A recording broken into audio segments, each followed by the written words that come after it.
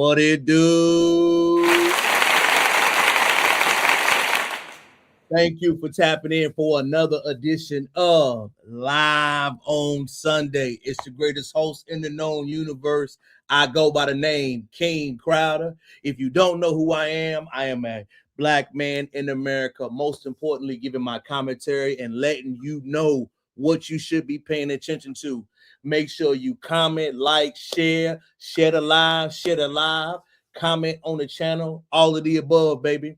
Number one thing before we go into, like I always do, man, book of the week.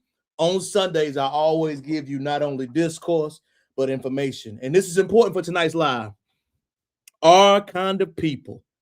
Our Kind of People is a outdated book, I would say, about black people inside of Black America. We got to learn of different people, ethnicities, thought process, culture, and how they influence and have effect on us to this day.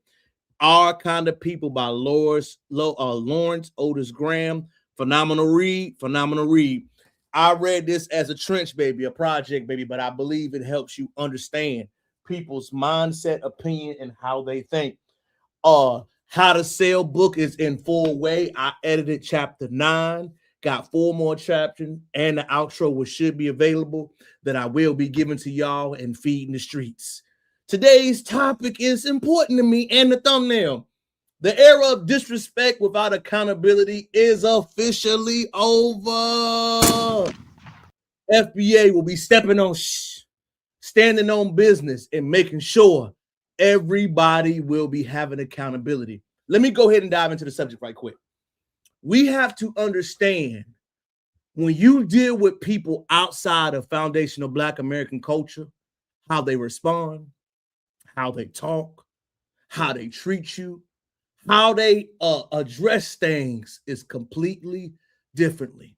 We are in the first wave, second wave of delineation, thought process, and new era for Black Americans in this country.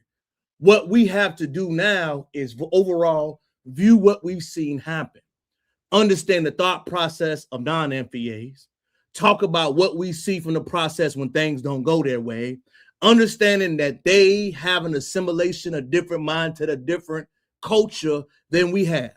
So when we understand that, we have to move accordingly.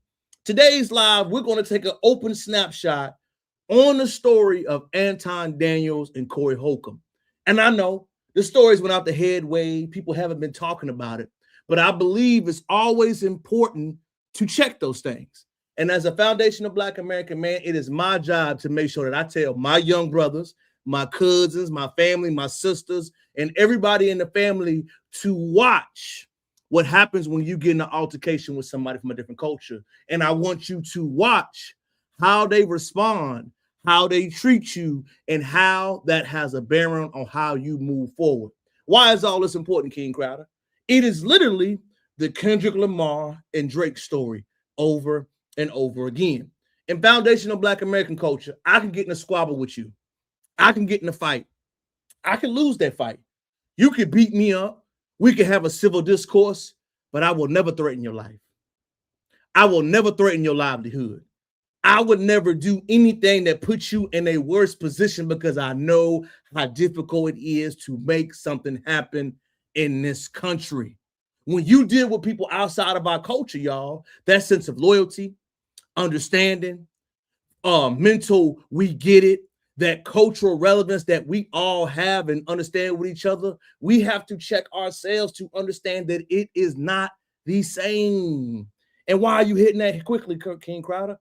Because remember when Anton went to a podcast, said that I am going to make a bag off of you, threaten you, mention things about you, mention personal situations that you went with, and then I filed a lawsuit? Wait. I go to your house. I put my feet on your table. And when I put my feet on your table, you knock my feet down. You respond to me. I get disrespectful. You get disrespectful. The words will exchange. I then leave. And when I leave, I begin to keep talking.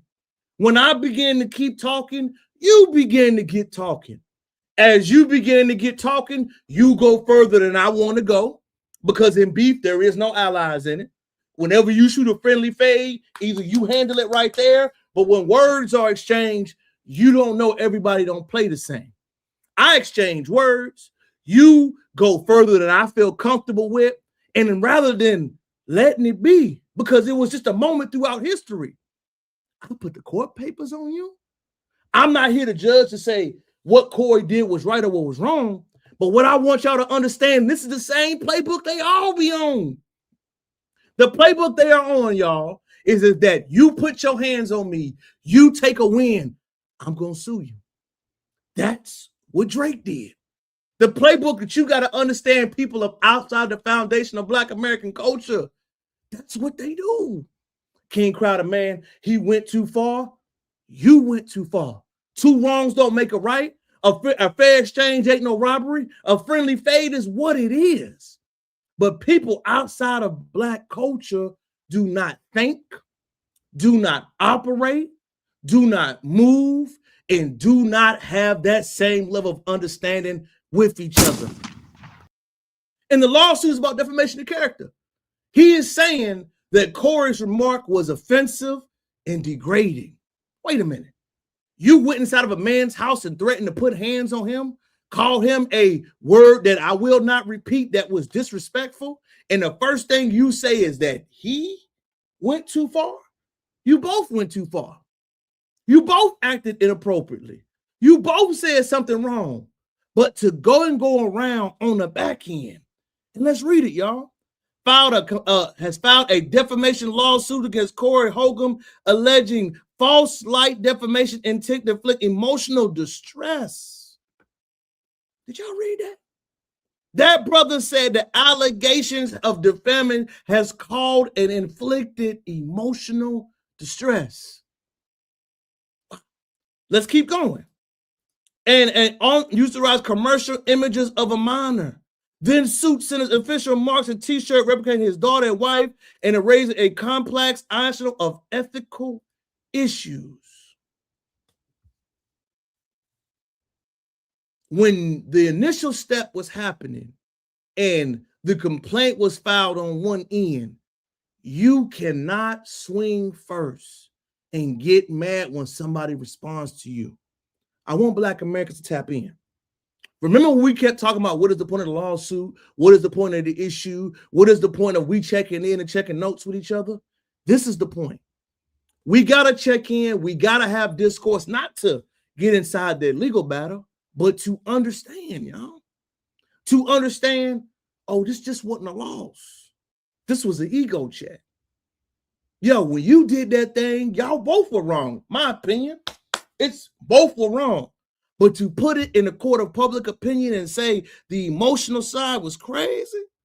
Shout out to y'all too, man. Barbara Williams and the young nigga thought he told me I'm a reaper, ever mother drink Kool-Aid, black, all black. What? I can't read what you're saying, brother. I don't get it. But we're gonna keep tapping in.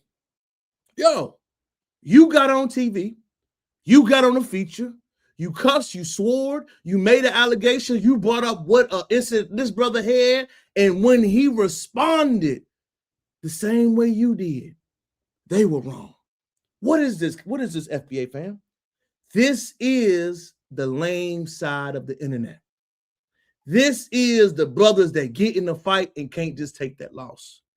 They're going to take you to court. They're going to call the police. They're going to act like something they ain't do was wrong. You know, the Drake, the Myron Gaines, the Antons, these people are showing you with their thin hands. You know, a lot of the times when our ladies out here tell us that some of these guys are wrong, this is who they're referring to. When the ladies tell you that the men ain't acting like they supposed to be acting, not pandering, y'all. We just got to keep it 1,000. This is the behavior they're talking about. And fellas, we got to keep it real. It is too much of this type of energy going on. Yo, fellas, if you get in a fight with a guy and you lose, it's fine. Fights happen, losses happen, disrespect happens, personal discouragement happens. All of that is a part of fair, love, and war. What's not a part of that is that we are not going to check on this behavior moving forward.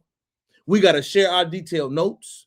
We got to understand who this guy is. And guess what, y'all? I'm going to, after the show, I'm going after the accountability code. I'm going after the false light, the intention to cause different harms, and I'm going to use a dispute where I'm going to see compensatory damages. You know, I'm never for the beef getting this messy. I'm never for a conflict turning this left. But the one thing I want most men to understand now, this is the world we are living in. Step on it, check it when it happens right then and there, or move on. Because that situation between Anton and Corey did not have to go this far. But what I learned through this point of reference is when a man that is not of our culture take a loss, they turn into a white man route. Not saying the white man route as far as them acting that way, but bro, you took a loss. The loss happened, the issue happened. You said some disrespectful things. They said some disrespectful things. Both of y'all were wrong. But to then go on here and say all these other disrespectful things in real time, it is time to move accordingly. Remember, the era without accountability is officially over. FBA, Foundation of Black Americans, we're going to be checking any and everything. We're going to be discussing any and everything that's going to be to the table, y'all. Next up, man, on our next subject on Live on Sunday, Shed It Live, Shed It Live. You know, there's one thing, I saw this tweet today, man, and it was so deep. I'll take that, brother. I can't read. I'll take it. I read almost 50 books a year, but I can't read, brother. But I'm gonna let you have it, man. I'm gonna let you have it, brother. Man, a lot of the time when we talk about the diaspora wars and things that we are intertwined conflict that we have and we see online, this was a phenomenal tweet and message I saw this week. And the tweet said, the gender wars, the skin tone wars, the regional wars, all come from people outside of the foundation. And I'm going to say this, y'all. I 100% agree with that. I don't remember growing up hearing about a damn gender war, a skin tone war, a black preference. Man, listen, all that is fugazi. If you look good, you look good. All that skin tone preference, man, guys had what they like, but black women been getting chose. No matter what you look like, what your preference was, that is something outside of our cultural code. The regional wars, we traveled all the time to see my family. We went to different regions, different areas, different places. I have never felt a regional war and beef because we understood that we all lived under the system of Jim Crow. Jim Crow had a different effect on Black Americans. It caused us to be more unified, more culturally solidarity with each other, and more unified understanding. All this war, this upbringing, this divide stuff is not a part of our culture. It's not with us. It's not among us. And I believe what we are having in this accountability area is that we're naming it right. We are going back to the files, looking through the crates. And as we go back through the files and look through the crates, we are properly assigning where these issues come from. Because we can say this publicly. Let me say it right now. All my brothers are chocolate. All my brothers are different hues. I have multiple genders and people in my family, and not one time have I ever not seen the love among us. Not one time have I not seen the cultural understanding and the cultural impact. It's just been who we are. We love each other. We represent for each other. We assume positive aspects for each other. It is when you get into our metropolitan cities, which I live in currently, and you begin to see the stems of that. But growing up, I don't remember ever that happening, y'all. I remember you love who you love. You get the girl that you could get because it was hard to get one. You date who you could date because we could understand how challenging it is to get a girlfriend.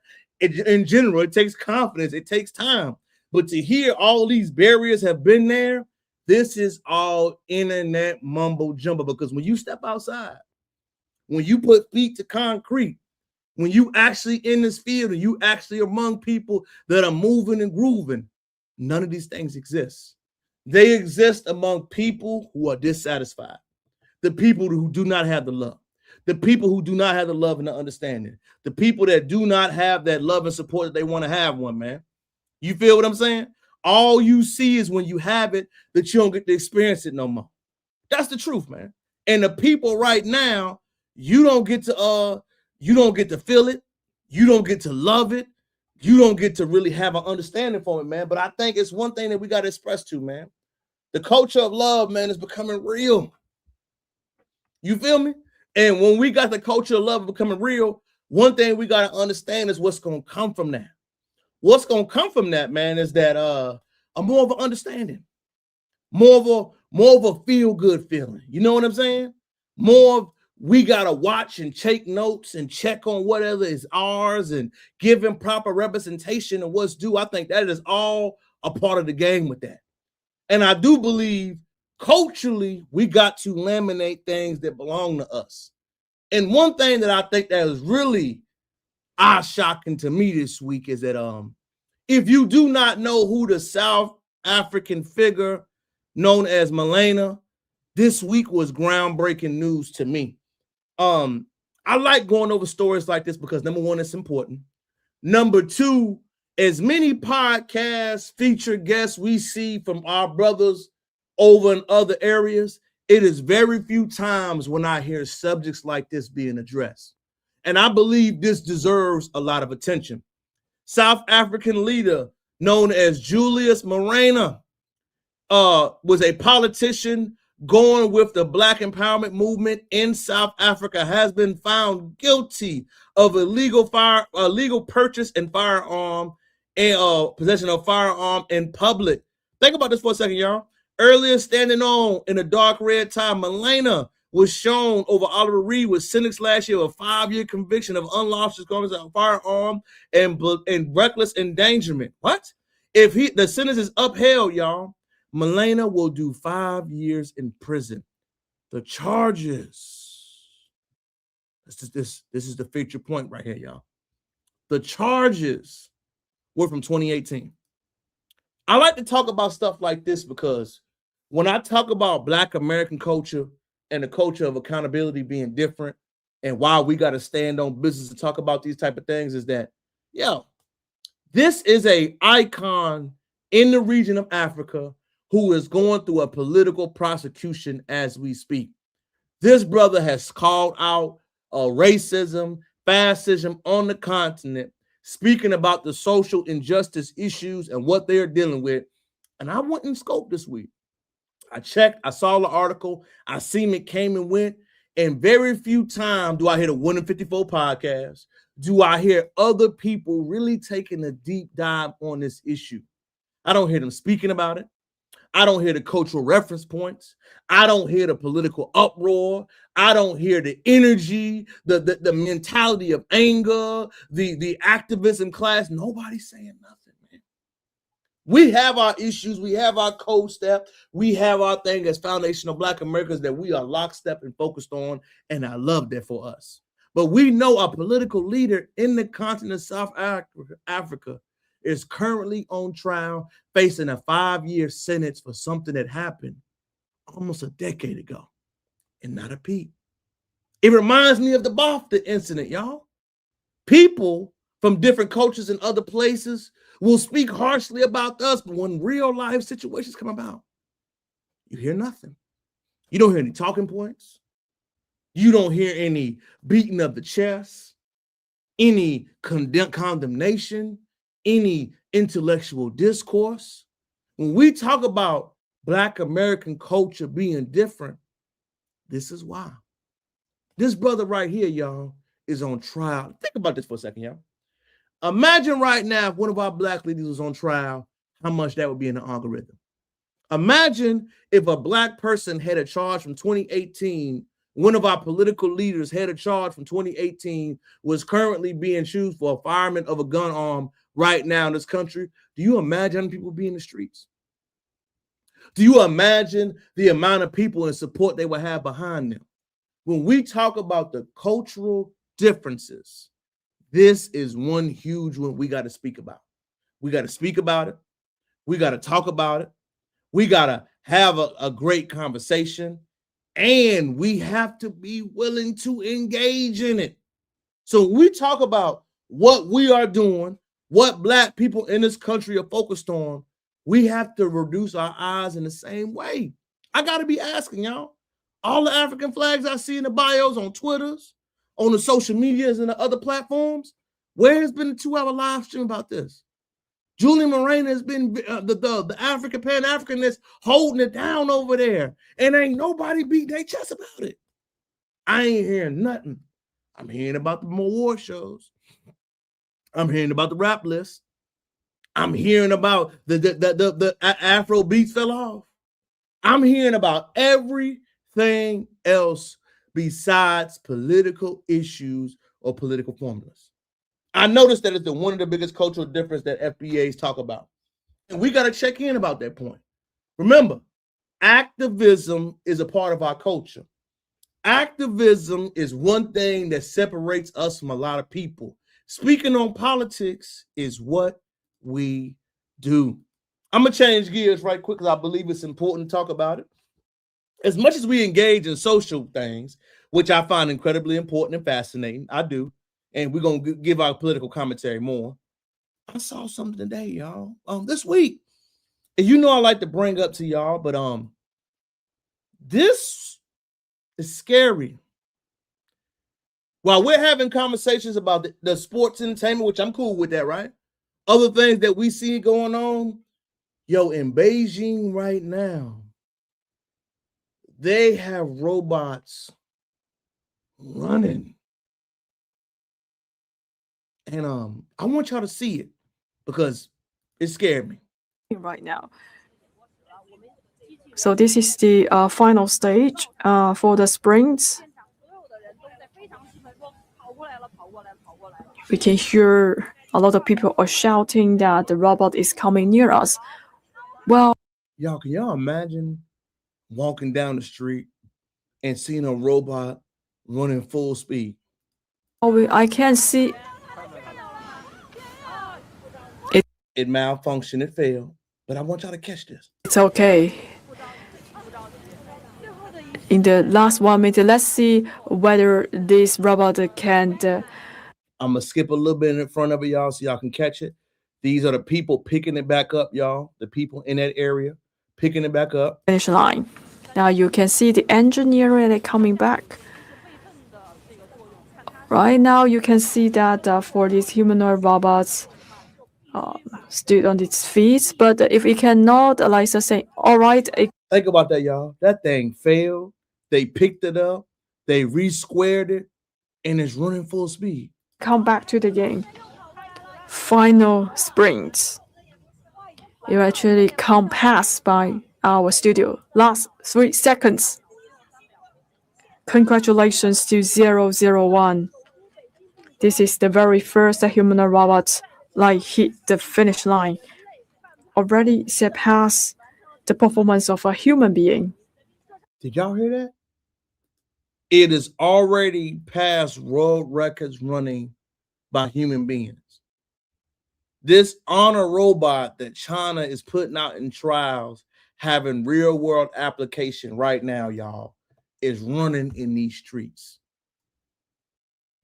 Gas is high, everything is over here, but they are real life having robots run, move, operate, jump, and move faster than us. This is a conversation that is scary, but it's to look at it because number one, we got to check and see what we really focusing on. When we're talking about kids when they go to college, the point of education, the point of what the future is going to be on, this is it. China is literally having this broadcast on television. It's being broadcast, it's being shown, it's being developed. You have people out there watching it. This isn't like having it in DC. How we having robot running contests? I mean, running. You saw that thing? It ran miles on miles on miles without getting tired, hit, punch down, and still be able to slow down and go about itself. Robots can now run now, y'all. Remember those movie iRobots? All them shows that we thought were fantasy? This is the first step to say not anymore. We see Wagmos drive self-driving themselves. We're seeing robots run full speed to move about and go around. We have to mentally prepare not only for what we see about the current events, but about what's happening right now. And to see this thing have the ability to run full speed, we got to check in. We got to exchange notes. we got to talk about and discuss, and we got to really dive into, I know the college future is expecting this, but this could be something that potentially is going to be a lot of things that's going to be moving forward in the future, as far as jobs, as far as maintenance, as far as security, as far as application, as far as war, as far as battle, as far as prison systems. You got to understand, they're testing these things to be able to run. Which are they running after next? Criminals, people that are going against the law, people that are going against the grain. All of these tactics that we got to see, these minor drippers, y'all, we got to pay attention to that. And I think it's important that we go into this era of accountability to watch it. Remember, not only we are watching local news, local politics, local issues, which are extremely important, we got to pay attention and look over the curtains. We got to be monitoring what we see. And what I monitored and saw is I saw a robot with my very eyes run faster than a human being could ever run. What does that mean? Moving forward, how we talk about where are the jobs, the curriculum, the new things, the new tracks that we need to focus on. This is it. The labor, the tone, the fixing, the marketplace is already shifted. It's not going to happen. It's not why it's going to happen. If you are not prepared, ready, or openly ready to be in it, change yourself, man. Trust me. It was just scary to see, y'all. And it's not scary in like, man, I got to be prepared, but it's scary in the way that you got to prepare yourself. You got to prepare yourself. You got to be ready to change. And you got to understand when the world is different. And what brings to my mind about, I say, when the world is different, shipping back to stateside, shipping back to the States. I want to play a video, and I know we all remember this video. If you do not know who this gentleman is, he goes by the name of Lil Wayne. And Lil Wayne, sometimes you forget that the seeds that you sow come back not just through you, but through your career, through your children, through your life. But what you do, how you treat people, how you respond to things, what you publicly say will always come back to you. If you spend your time sowing bad seeds, you will receive the fruits of bad seeds and bad conversation. Pay attention. What's your thought on Black Lives Matter? What is it? What do you mean? The idea is that there's this movement called Black Lives Matter, thinking that the rest of America didn't seem to understand that Black Lives Matter. Just sounds weird. I didn't know that you put a name on it. It's not a name. It's not whatever. It's somebody got shot by police for a reason. I am a young, black, rich. If that don't let you know that America understands Black matter these days, I don't know what it is. Don't come at me with that dumb man. My life matter, especially to my. Do you separate yourself from it? I don't feel connected to a damn thing that ain't got nothing to do with me. Why is that important to see, King Crowder? Why did you show that to me? I showed that to you, man, because it's almost funny, man, when people go through things in their own personal life, when people go through things that they're currently dealing with, it matters more to them. But what they fail to remember is how you treated those individuals too. Black Lives Matter will never matter. The U.S. All lives. Lil Wayne is a goofy. He is, y'all. But I'm showing it for context, fam. Lil Wayne made a post this week, and shout out to Friends on Millionaire. Shout out to him. Pay attention. It truly is a humbling experience of artists like me when events like Coachella, the Grammys come around, and like clockwork, I'm uninvited, uninvolved, underappreciated. I'm going to try to show you it better, y'all, so y'all can see it in real time, so I can have that post side by side. Let me see. I just saw something better. But what I'm bringing up, y'all, and here it goes, so I can get a better, I want y'all to have a better read for it. A better read, y'all. Wayne. And shout out to the commenter that said that. Wayne got in his bag. Yo, I'm truly am not getting the respect. I'm truly am not getting the love. I'm truly am not getting the respect that I feel like I deserve. Nobody invites me. Nobody says anything publicly about me. I feel like my career has been in stagnant mode. I'm not aging gracefully, etc., etc., etc. We got to be honest about Wayne for a second. I'm in your era, Wayne. The one thing that you got to understand, brother, is that there has been no aging of anything. A man that stands for nothing falls for anything. Your social commentary, your mental commentary, your content appreciation, everything that you have stand for, brother, has not evolved. I still remember when you got mad at Kendrick for performing in New Orleans when they had Maroon 5, and the Super Bowl has been there 7 times, and I didn't hear a peep about that.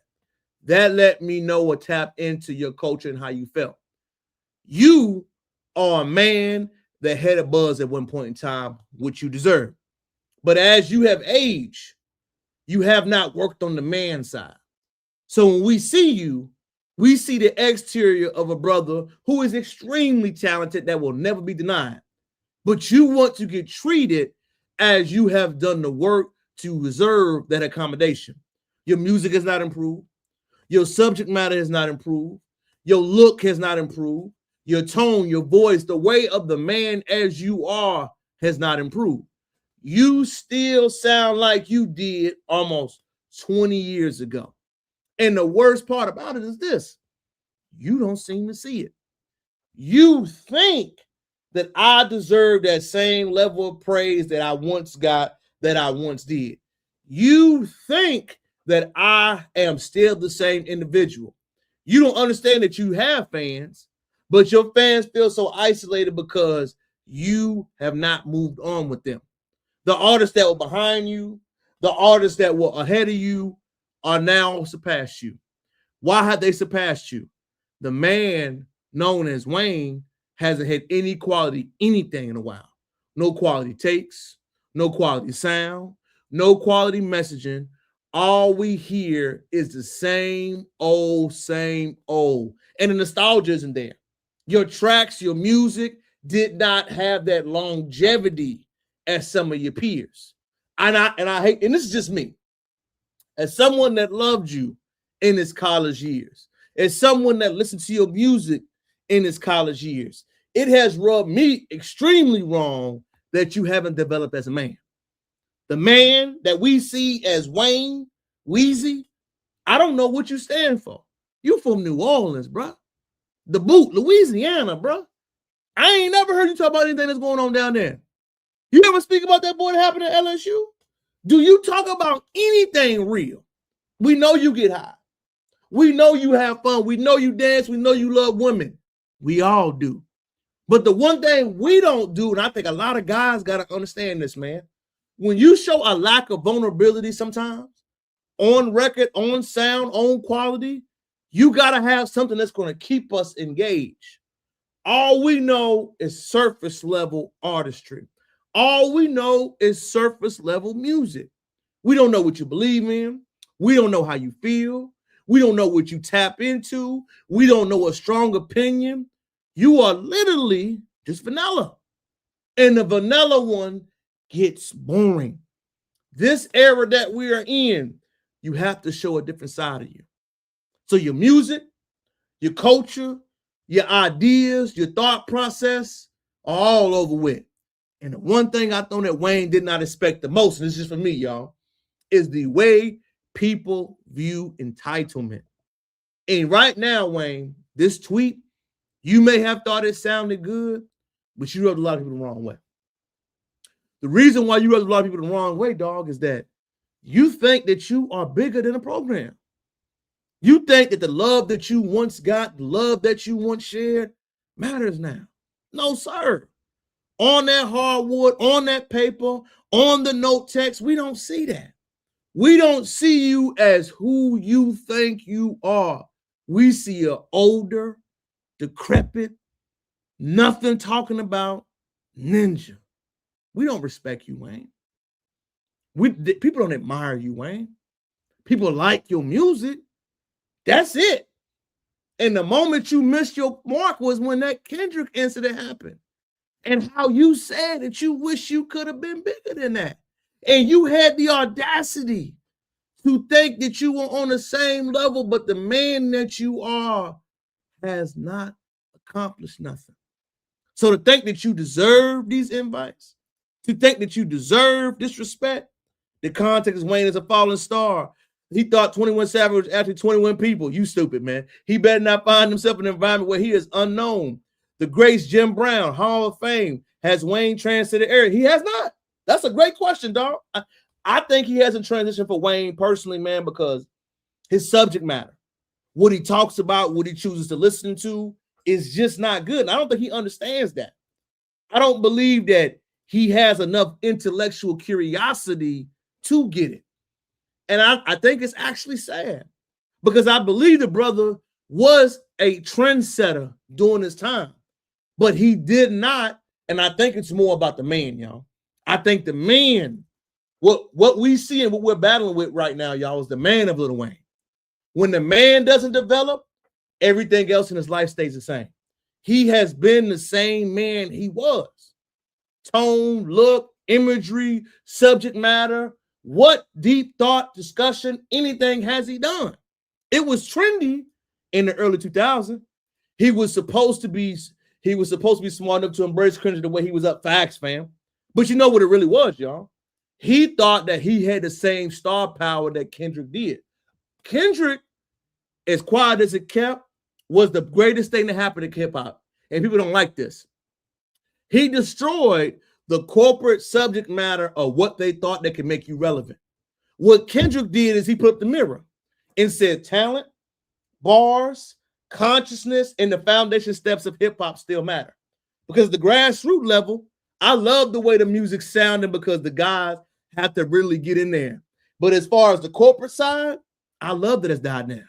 Remember, Sexy Red dropped the album, y'all. Where did it go? Did y'all know that? Album came, flopped real quick. You know why? The corporate status quo and the sponsorship is gone. What that means is that your talent, your skill set, your sound quality, your visual representation, your street team, all is what matters more. Not who's popping on Instagram. I personally think Instagram is on its last leg because I think it's boring. I do. I genuinely think the new social apps that will be outstanding and last long will be TikTok. Twitter will always be there because of the social commentary aspect. But the rest of them, I think it's all falling away and going away. And I believe because people have focused so much on the celebrity gaze. But back to what I was saying about Wayne.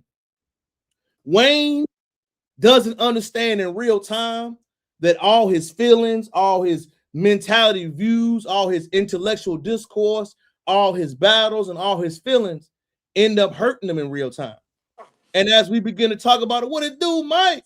So like I said, man, as we dive into it more, it's kind of sad, man.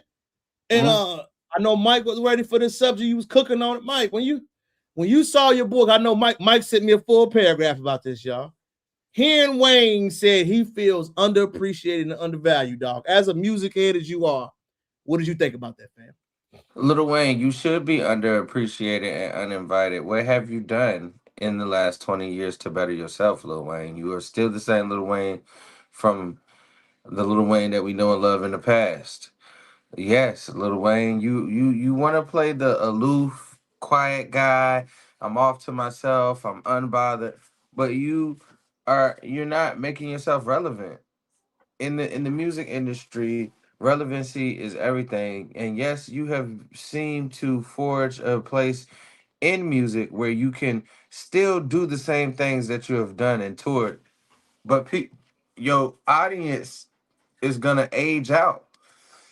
It's gonna be a certain time that your audience has aged out. We're all older now. We're all mature. We all have families, kids, different things going on in our life. Your music is not relevant to the younger crowd that we have at this time. So yes, the Grammys are gonna go with the people that are still relevant. Yes, Coachella is gonna go with the people that are making touring and making money right now. I just feel that if you want to be in those realms and you want to participate in these things, you have to make yourself relevant and you have to make yourself more mainstream and do the things differently than you did before. I just don't see a reason for you to even make this comment or to even feel some type of way about people uninviting you. You've been doing the same thing for years and years and years. What song are you gonna play that we haven't heard before? Multiple times, millions of Somebody times. said to you, Mike, Big Daddy Kane embraced Jay-Z, facts, and advocated for him as an unsigned. Bruno Mars has shot work with Bootsy Collins, that's facts. James Brown Bastards for the last 5 years. Who gonna last? Why did the one thing about me, Mike, that shocked me the most? So shout out to the brother for saying that beautiful comment. Is the audacity. People don't like entitled people, Mike. I only think Wayne understands. No. You have isolated your fan base by you thinking that you deserve it, dog. Like what? Like you said, Mike. What have you done? And I hate to say it, Mike. The fruits of your labor have come back, Wayne. Mike, remember that crazy stuff? I'm not black, I'm a blood. Like, what? Right. I don't believe in Black Lives Matter because my girl got me. Wayne said a lot of. Is he on dope? Well, I mean, what is he talking about? And I truly believe now, Mike. I mean, what's a Wayne feature in 2026, Mike? 0. Oh, Mike said I think we'll pay money for the nostalgia, but not. I mean, Wayne can still rap, so I'm just saying, bro. Like, at this point in your life as an artist, right? You're still doing the same things, and yes, artists can do that. Look at Frankie Beverly when he was alive, he could do that, right? He could, but the amount of fans that he has that still likes that type of music and still adores that type of style are still going to these type of concerts, and it's iconic and nostalgic. Yes, Wayne is nostalgic, but is he nostalgic enough that we can continue to have him in the public eye and out front at these award shows and these big festivals? That is Mike, the question. I felt bad, Mike. Wayne came down here, Mike, to the House of Blues. And that nigga wanted $800 per ticket. I said, Wayne, the House of Blues, you wanted $800 per ticket? $800 is absurd. Mike, I was like, is he serious right now? Like, why don't you just get a bigger venue and charge lesser price to get more people to come? Why would you? You know what I'm saying, Mike? I was just like, is he serious, Mike? Like, well, you know, the intimacy of a small venue and large ticket prices is all sold on, like, I can control the crowd and it's gonna be intimate, like unplugged type thing. But bro, I would never pay $800 to see Lil Wayne. And Mike, he's not a good performer. He doesn't look like he's in shape, Mike. He doesn't like he take the craft serious. He looks like I hate to say it, Mike, and I really hit this home. He looks like a man that's plateaued.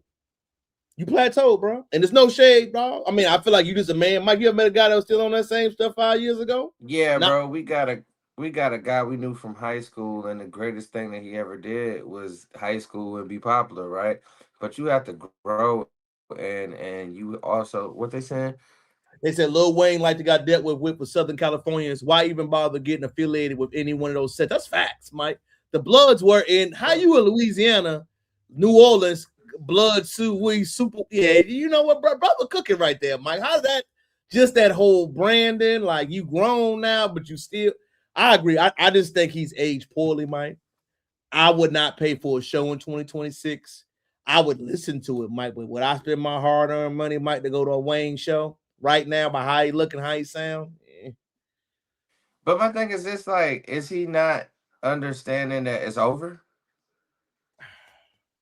Like, Mike, bro, you been not being booked at these type of things. Mike said it's over with, Mike. I just don't understand the pity party tweet. Like, it's a pity party. Like, oh, it's very humbling. Like, my nigga, if you that humble, then get in the lab and go hard. You know what's crazy to me, Mike? I never thought I'd live in a world where Jeezy has aged gracefully. And Wayne, Jeezy and 50 Cent has aged gracefully. They still doing shows. And Wayne, who probably had just as many songs, has not. I mean, you refuse to rebrand. That could be the gift and the curse. Facts on facts on facts, Mike. And we got this is emotional one right here, Mike. I didn't know until today. Mike, 27 years ago, the movie Life changed the movie of America, Mike. 27 years ago, but people don't know, Mike. This film is about a real story in America about convict leasing, Mike. When you first saw Life, Mike, did you understand it? Do you think people really still understand it, Mike? Or your thoughts on the impact that held in the movie industry, man? Man, I don't think people really understood the impact and the story behind Life. And every time that I watch Life, I get something different from it every single time. But I wanna point out something for the culture, bro, of where we were before, right? And you have to really apply, and I think you know where I'm going, right? You really Mm-hmm. have to apply the character and the manliness and the moralistic compass of Bernie Mac, right?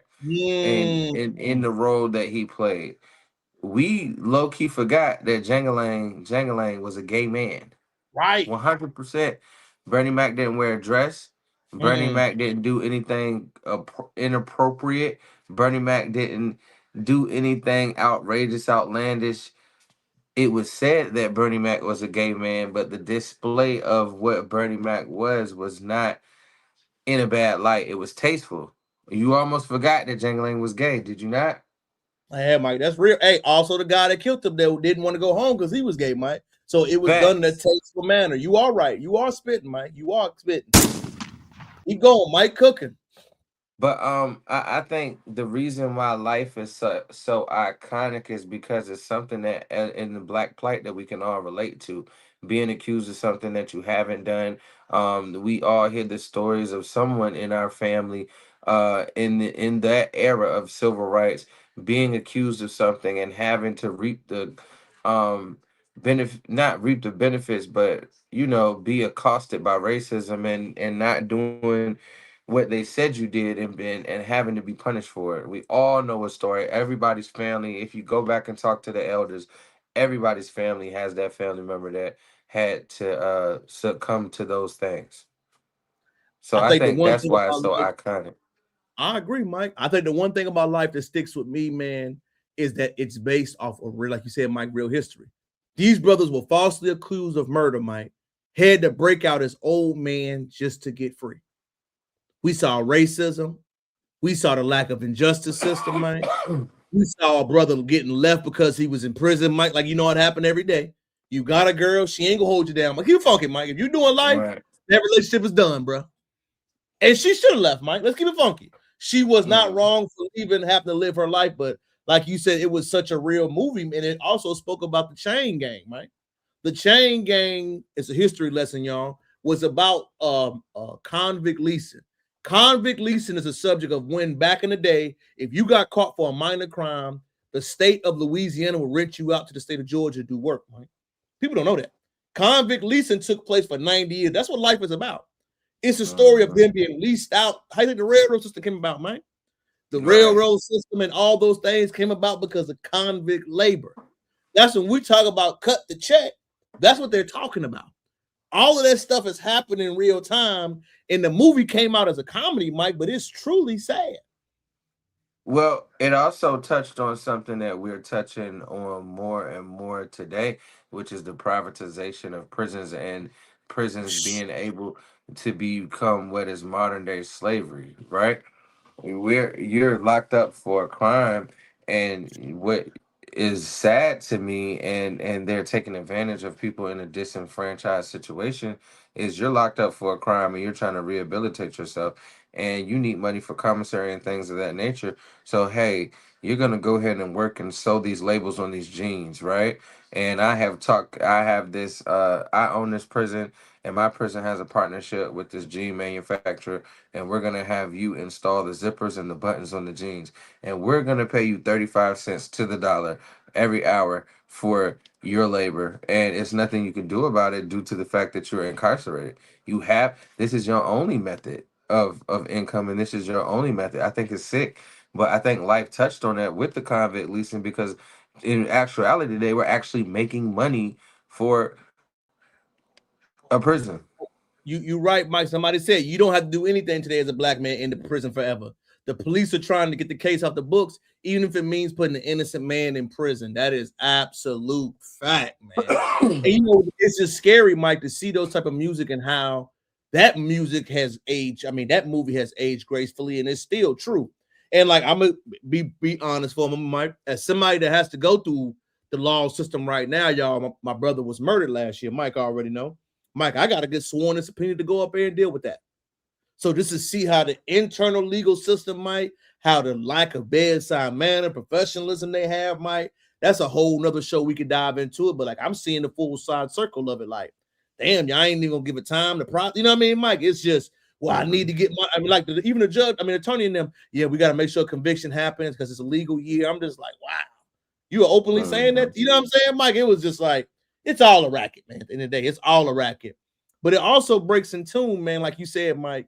And I believe this next video, man. Shout out to my dog, Mike, man. Where my call at, my dog, but looking good, baby. My dog looking back for Mike. This video right here hit me deep, Mike. And I like this brother Ray Daniels, Mike, former music exec. Mike probably know him more than I do, but he said something very serious about this subject of the Gucci Mane.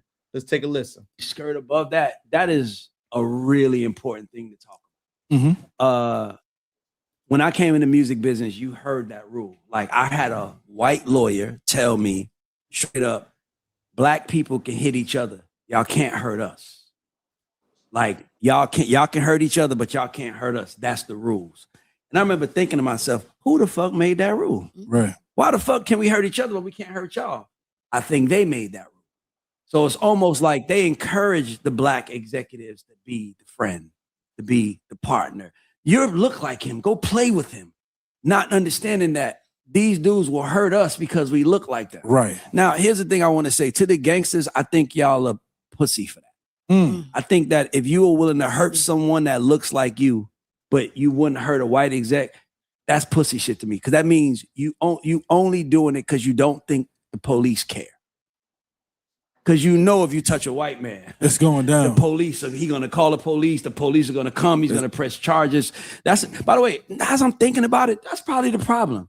That even with the whole snitching culture, black men are taught to take pain and deal with it. And not to tell the cops. And white men are taught to tell the police. Yeah, I mean, they following the law. Yeah, so for me, when I saw that, I thought that it was correct. And I think Charlamagne only said it because he heard it. We hear that. I'm telling y'all, in the business, I've heard that. Y'all don't think like it's been nice lately because it ain't been as many gangsters in here.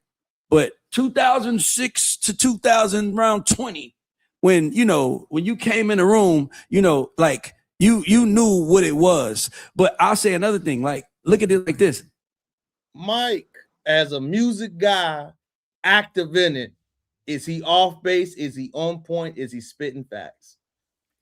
He's spitting true facts, but I want to go even further in detail than what I think the responsibility of an artist should be. You are about to change your life and having a massive wealth that your life has never had before. I think it would behoove anybody, whether you're hood, whether you're smart, in any situation. If you're about to amass millions of dollars, you can do what I think is justified by having a lawyer come, even though you don't have the funds yet, having a lawyer come and review everything that you have and say, hey, this is the money that is promised to me, and I will pay you out of this money that is promised to me to make sure that my contract is correct. We get so excited about amassing a wealth that we've never had before that we don't even protect the wealth that we're about to receive. And it's always due to the low income situations that these artists are coming from. However, they don't have the right people around them or have the common sense enough to say, hey, hold on, wait a minute. Because I will say this, Pooh Shiesty had an opportunity to get a lawyer, to get somebody to look over it, and to understand the contract as a whole. We do things in haste when a lot of money is on the line and not do things in the right way. We need to slow down and do things in the right way. Because I will believe in, and I'm led to believe that if we had a lawyer or somebody smart enough to read the contract and not just sign the contract and understand the contract, bylaws and agreements, and have somebody not ready to negotiate on your behalf, then everything that happened to you is your fault. I agree with you, Mike. And Mike giving the music.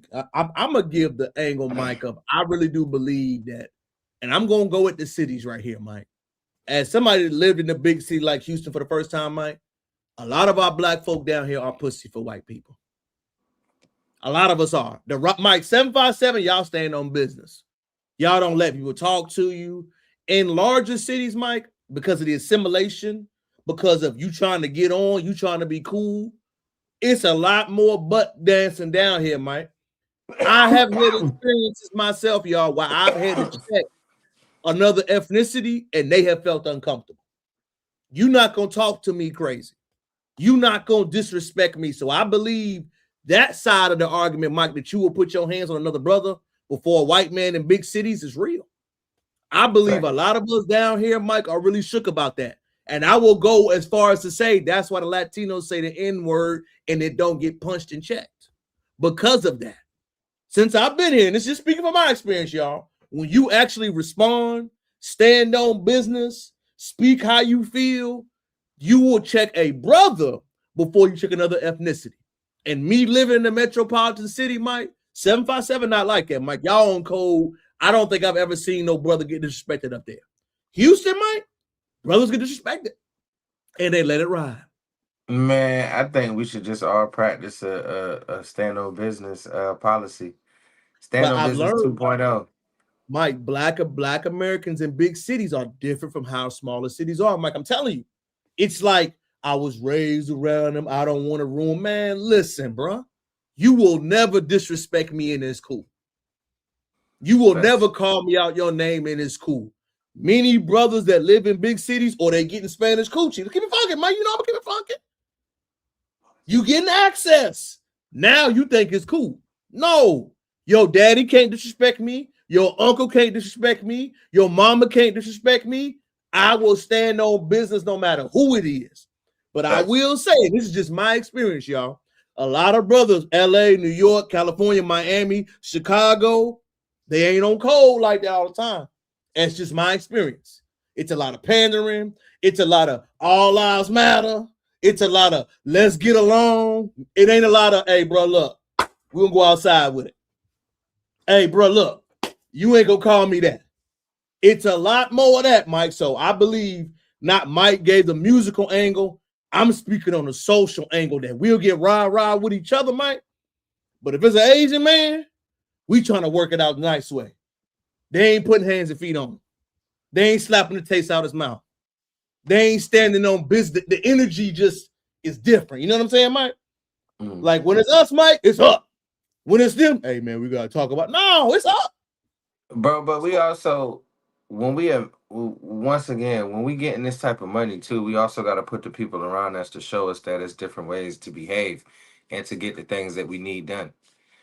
Ain't nobody ever sit Pooh Shiesty down and be like, hey, look, we're going to go and we're going to come with a lawyer and we're going to negotiate with Gucci Mane. We're going to come with some things that will be assets for him that would be able to allow him to relinquish you from your contract. This nigga was like, we're going to get him. Somebody was like, we're going to get him in the studio and that nigga going to release you, cut. And another nigga was like, yeah. Nobody was like, damn, I don't know. Like, bro, you got a gun to my head. I'm willing to do anything that you want me to do. However, afterwards, it's fuck you, bro. Like, you feel me? I am not like I said, all that foolishness. Gucci 50 years old. He a father, grandfather. Listen, he doing what he's supposed to do. What I'm speaking on, and Mike, you're right, though. You know, I ain't questioning that. What I'm saying solely, Mike, is that I feel like a lot of our street cats, when it comes to other ethnicities, they don't stand on business. Mike, they don't. They get mad. Hey, Mike, they be afraid of the consequences. Mike, I'm telling you, Mike. I feel so strongly about it, Mike, like you said, because living in different, like I said, living in the 757, y'all, which Mike stay at, it was staying on business 365. It wasn't no pandering, it wasn't no playing no games. I saw Mike with my own 2 eyes staying on business. Down here, Mike, man, Mike, they be cooning and buffooning. They be token. I'm telling you, Mike, they be token. It's just me, y'all. I'm giving you my, and I can say this, Mike, because my energy has not changed. And when I speak like this, I get that, Mike. Well, you know, man, I've had somebody tell me I've been super black. I've had somebody down here say that to me, Mike. Hey, that's a great compliment. I know, Mike, but I've never heard that in my life. Nigga, I'm super black. I'm just being black. I just was like, what? I'm super You mean black. I'm confident? I stand on who we believe in. I believe in for us first. That's super black. Yeah, man, we ain't got to be like it all the time. Oh, Then I look at his girl, Mike. Oh, okay. Bro, you know what happened to me the other day at work, and this Talk, is probably like your shit, bro. this Talk is your probably junk. like it's part of the conversation, but not really. So I had to speak. Oh, excuse me. I'm You sorry. good? And somebody said, Mike, So too. White people came in the Missionary Baptist Church yelling the magic N-word out the roof, and they got they plucked out like females too. That's facts, Mike. Go ahead, can just talk your junk. They don't stand on business enough. Go ahead, Mike. So, bro, and it goes back to a conversation that we had. Like, yo, when people hear us articulate and speak in an educated manner, it's not code switching. Maybe it's just me being myself in a professional situation. I had a situation where one of my guys at work, I had to speak in front of a whole group, vice president, everybody, right? And he kept looking at me like this during the presentation, like, and I was like, yo, what's wrong, bro? He was like, bro, who are you? I was like, I'm me. That's just another version of me that you have never seen before because you went to Norfolk State, I went to Hampton. We be on black code all the time. And I didn't code switch. It's just you have to understand and know your audience. And Terrell, he was like, bro, I had no idea who you were. I had to keep looking at you. Why? Because I'm articulating intelligently. Like, we got to stop that as black people, man. We got to stop that. Like when you see another black person articulating with the education and fervor behind their voice and just doing the right things in the right moment, we're not code switching. How do you know we just not being ourselves and able to handle ourselves in a professional situation? We know the one thing funny about that, and we give my dog a round of applause. This is my number one response when I hear brothers act like that, Mike. You know what I tell them? So we don't have intellectuals? X. Malcolm X wasn't an intellectual. Dick Gregory wasn't an intellectual. Honorable Elijah Muhammad wasn't an intellectual. Shahrazad Ali is not an intellectual. You only recognized our uneducated class, but not our intellectual class. Because intellectualism is something that's a staple, a part of us. Mike showing his intellectual class in a professional setting should not be shocking to you. What it should be shocking to yourself is this, brother. How come you don't know enough intellectual people? Facts. When somebody says talking white, what that means is mentally you cooning. That's what it means. The talking white term, if you do not get it, is because you are cooning and buffooning. Mike presents like a black man, talks like a black man, dressed like a black man, represents himself. So if you hear the words, I hear you talk like you white, it's because your vocal and the tone you speak with is. Because we have intellectuals. I have never been once accused of that. You know why? I don't present, I don't talk, and I don't coon and buffoon. Bro, if you hear that commentary, go ahead, Mike. It kind of surprised me because you know for a fact I'm not cooning and buffooning. Yeah. Well, you got to understand, Mike, that is the mental. And as we have these conversations, Mike, and no disrespect to our brother, some guys got to do that internal work to re-educate themselves. If you only watching the Zeus Network, the ESPN, and you not taking time to have intellectual discourse like me and Mike do every week, that's on you, bro. I love a good sports game, Mike. You know I love that. But at the same time, we talking about this business. Me and Mike talking about the reparations. Mike talking to me about social news and other things. If you can only come one side towards a conversation, that means you as a man have to do better. That's all that means, Mike. So that was nothing about what you weren't bringing to the table. But if as a man, you can only go right, Mike, and you have no left hand, you got to get in the gym, bro. Thanks. You got to put the damn work in. You got to put those shots in. If you only have a right hand layup to the basket and you can't cross over, your game is weak. So we got to come at other brothers like that, Mike. Again, when we have that check-in conversation, that's what it got to be about. So like I hear brothers, man, I hear I'm talking white. Yeah, you do sound like a white man. What? Yeah, that's what it means. You don't stand no business. Are you afraid to ask how they feel about reparations, Mike? That's the number one question I go to, Mike. I know Mike ain't scared. I heard Mike say it plenty of times. What a check at? Simple. All that conversation, all that vote blue. Now, listen, what a check at? Well, you know, we got to figure it out, sir. Conversation over with. It's simple. And Mike, I'm going to show you a video, Mike. If y'all haven't seen, y'all, I love this new energy we own, Mike. Mike, our generation is standing on black business. Mike, are you ready? Hope you're sitting down, Mike. You are gifted. This is Kamala Harris book tour, y'all. You are important. You matter. You come from people. There is pride. There is pride. On behalf of Foundational Black Americans, we demand cash payment reparations, Kamala. On behalf of Foundational Black Americans, we demand cash payment reparations. We're not going to use our ancestors' legacy to give money to illegal immigrants. We're Foundational Black Americans. We built this country. We're not voting for you. We're not voting for the Democrats. And we're not voting for anybody until we get paid. Remember that. Mike, I love it, Mike. Look, fuck all that talk. Cut the check, Mike. He said exactly, and you know, I don't know if y'all know Mike go hard about that cut the check. Mike don't even want to hear. They just going into us, Mike. Kwame Ture. Shout out to y'all, Mike. They giving you praise. You could do all things. But listen, y'all, in this new normal, they laughing, Mike. But look, we gotta be like that, Mike. We are not our grandparents being nice, Mike. I'm gonna let you cook first. Bro, I'm not no we shall overcome ass nigga, bro. We have not overcame at all, and we keep putting the resources and the access into the people that's not doing anything for us. So if you want my vote, what can you do for me? And if you're not saying that you're gonna have reparations in any form, I'm okay with the reparations not coming into monetary form and coming into credit or other things that we have to research. But we at least have to find a conversation and talk about, hey, we can't do this, but we can do this. And it has to be something for all foundational Black Americans because we have been short-sighted for far too long. Like, I love the young man standing on business. Hey, we need to interrupt speeches. We need to have discord. We need to do whatever it takes because if you talking out the side of your neck and the one thing you haven't said is, hey, I am a firm believer of somebody getting reparations due to the inequality and the abuse that we have received in this country, then we ain't talking about nothing. It's reparations, first order of business, everything else. Mike, shout out to my dog, Mike. I think the big thing for me, Mike, is that you cannot say you don't know what we want. And this is the thing, Mike. Trump has exposed you all. People don't like it when I say this, Mike. Trump has gotten office and done so much.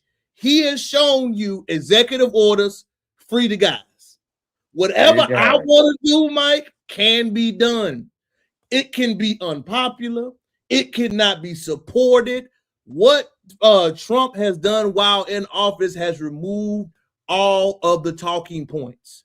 You have to produce something. You have to, Mike. Economic justice, houses too high, rent too high, meat too high, gas too high. Nobody cares now. Mike said it perfectly, man. Cut the check. I don't want to hear nothing else, Mike. Cut the check. We don't want to hear no symbol. I don't care who got a position. Hey, look, if that's not the first thing, out your mouth, I already know how Mike get down. Mike ain't even hearing it. We getting up, we walking out because if that's not, if we not on the same agenda. And Mike, I don't want to hear y'all going to churches talking. Listen, we don't care about that. No disrespect to the old folks, Mike. We not listening to that. We live in today's time.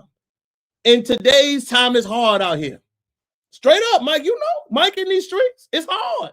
Bro, and I'm not trying to hear about no immigrants, none of that shit, cuz. I'm with you, Mike. I just don't think they understand for how serious we are, though, Mike.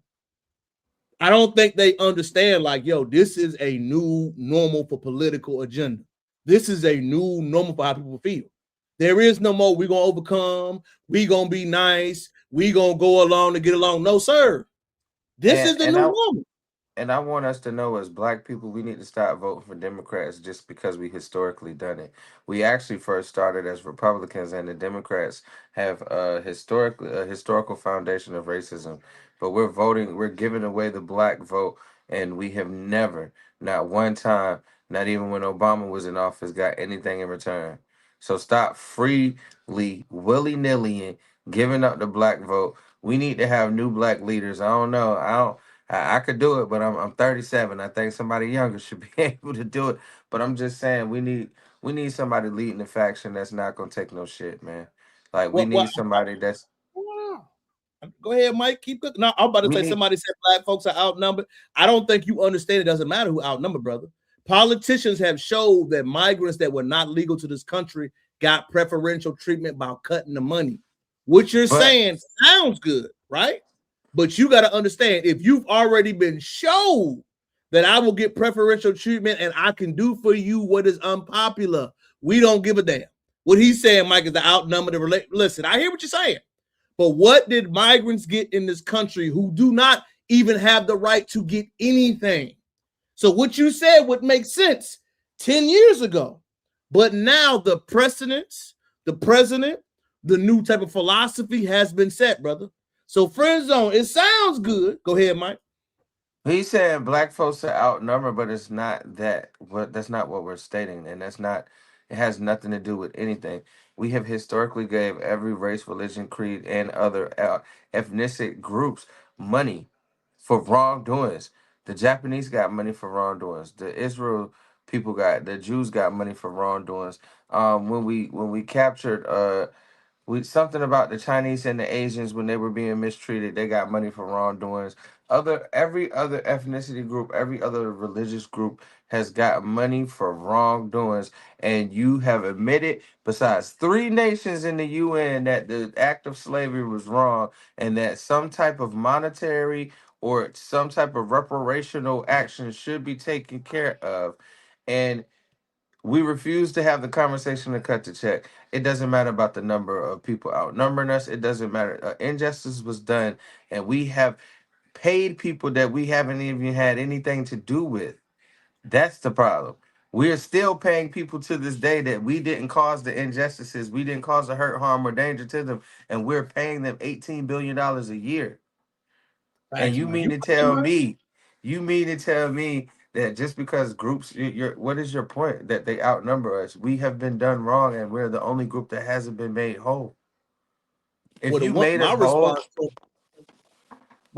my response to that commentary by the brother is this: it would make sense if they didn't happen in real time. Follow me.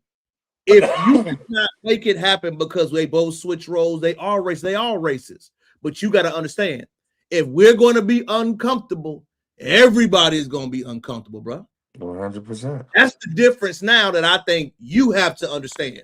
At point in time, everybody would be uncomfortable, and we would stand up and still be actively involved in the political process. Now that we have said our demands and the demands haven't been met, now you have to understand that the other immigrants and other ethnicities in this country will have to face the bruise of racism head on. We're seeing it openly. We're seeing it with ICE. We're seeing it with these people have improved with. So right now we have already showed, so we're going to be uncomfortable, Mike. Everybody going to be uncomfortable, bro. It ain't going to just be us. And I think that's what people are not ready to hear, Mike. People are not ready to hear that commentary. Dude said that we haven't proved that our people was enslaved. Okay, look, bro. We're not gonna go through this again. It was multiple genocides, right? But the biggest genocide was the paper genocide, and I'm not even gonna get into it because we don't need to prove that we were enslaved. The world knows. That's why the whole world, besides 3 nations, agreed to that slavery was an egregious act. So it's already proven. Whoever you want to, man. I ain't judging nobody. Vote for whoever you want to. You feel what I'm saying? You don't have to respect. And another brother right here, look, man, they'll never respect black people. Red, some white folk have no problem repeating differences. You are seeking respect, brother. What you keep saying is about respect and understanding. You're speaking on respectability politics. What I am saying is that the culture of lack of even that is not there anymore. Follow me. You are saying historical incidents and wrongs that have happened. True, but there has never been a focus point on economic restoration. There has been on integration. There has been on civil rights. There has never been a full court press on this subject that we are ever doing right now currently. That is the difference. And I'm going to say it again. If we can't get the comfort and the leisure that we want, nobody will, right? So you sound good like everybody's still the same. But no, it's not. And I don't give a damn if you respect me as long as you pay me, nigga. Like, I think that brother is going off the notion, and he has the notion that we were raised upon, Mike. that, oh yeah, man, we're seeking this. I want to get paid. I want to get this. It has to be friendly. Now it's different now. You know what I'm saying, Mike? That's it.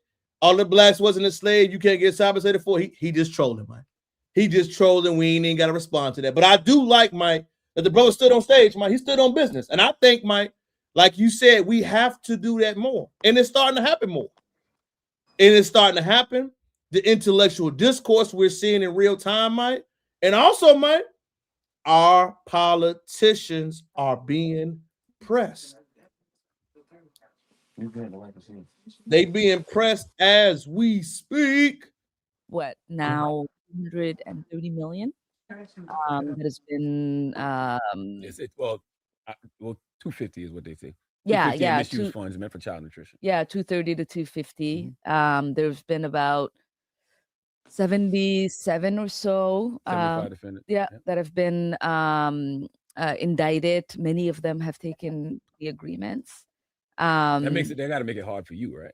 Just in general, not because you got anything to do with it. Yeah. But when he can point and say, "Well, this actually happened." I mean, it doesn't make it hard for me, but it does make it hard for, the average Somali business owner. There you go. It makes it hard for the average immigrant business owner. It makes it hard for the average Black business owner because it does create this cloud of suspicion, and obviously it's become very politicized, and it will continue to be politicized as we get closer to November, and the level of harassment people are dealing with. Even you'll have people go to restaurants, coffee shops, with their cameras harassing all of these business owners and daycares and right? daycare centers, Spread to where daycare people have centers. not been able to take. All I heard was that fraud that happened. You ain't addressing it, man. Did you hear what she said? Go ahead. This may sound like bigotry, but I promise you, I'm coming from a place of love. We have to understand that we are putting these certain politicians in seats, right? And yes, she is Somalian first, and we have to understand that she will look out for the Somali race first, right? We need to put people that is going, and this is going to sound so terrible, but I don't even care. We need to put people that have the American agenda in the forefront, the Black plight in the forefront, the foundational Black American agenda in the forefront. Yes, it's cool that we put you in office in that certain area. It's probably a bunch of Somalians that's how she got in office. But we should make her stand on business that her first order of business is the home front. But we got to stop putting these people from other countries into established lawmaking decisions, because they're going to make laws according to the people that they come from, right? Their origin. So maybe we need to put more people with the origin that we need into these places, because what's she doing talking about the Somalians? No, I agree with you 1,000%, Mike. I think we are in a new era and a new energy, and I don't think they pressed her enough. The Breakfast Club did not press her like they pressed Umar and other people that spoke about Black issues. That's the number one problem I got with them, Mike. And number two, Mike, it's been so much fraud up there. Don't understate that. They've been scamming. They've been and fraud and scamming means theft. Right. The theft that's been happening up there has been egregious. The friend zone, that could have been reparations right there. The fraud that they've been given, the money they've been getting as far as them SBA loans, taking advantage of those programs, not having the real money. Yeah, they need to be frowned upon.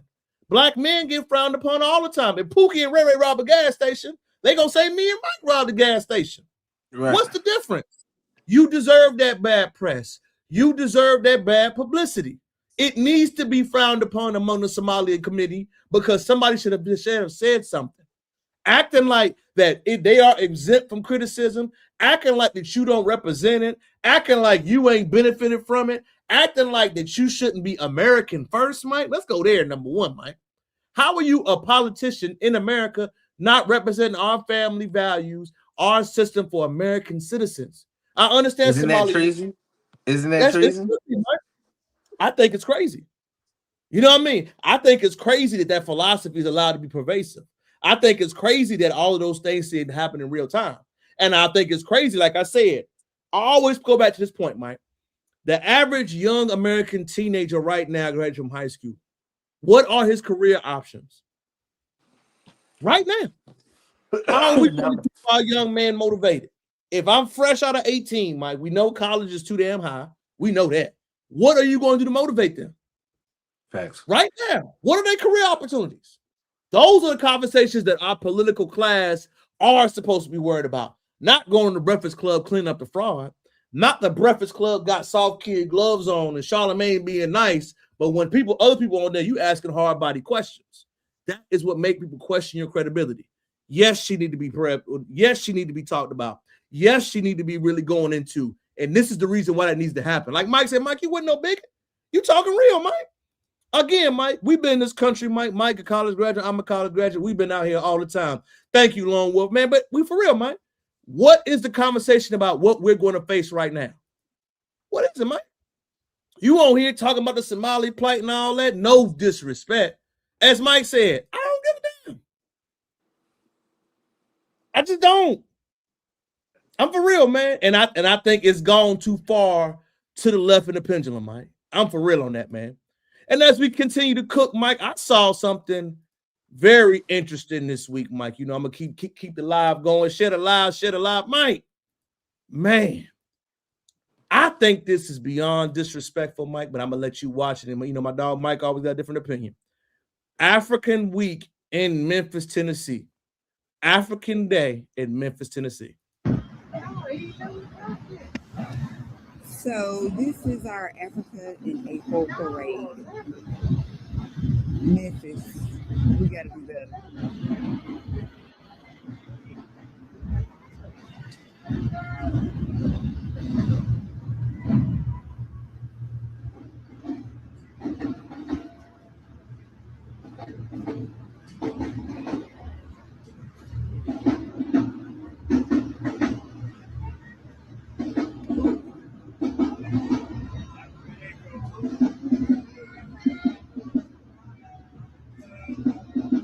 I remember her and her husband doing this when I was in elementary school.